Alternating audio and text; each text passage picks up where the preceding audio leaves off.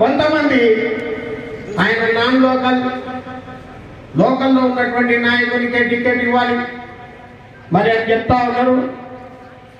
అన్నా రాంబాబు గారు శాసనసభ్యునిగా గెలుపొందిన తర్వాత 250 రోజులు, సంవత్సరంకి 365 రోజులు, 250 రోజులు గిద్దలూరులో ఉంటేనే ఒప్పుకోండి, లేకుంటే ఒప్పుకోకండి.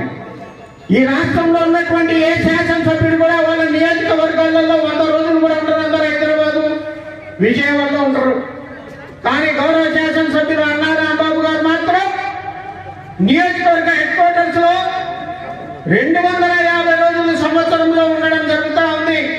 మరి రాత్రి 11 వరకు ప్రతి ఒక్క కార్యకర్తను, ప్రతి ఒక్క నాయకులతో మాట్లాడింది. ఇంటికి పోడు రాత్రి 12 తర్వాత మాత్రమే కింద నుంచి పోయి పడుకోవడం వరకే మార్గపత్రం వెళ్ళిపో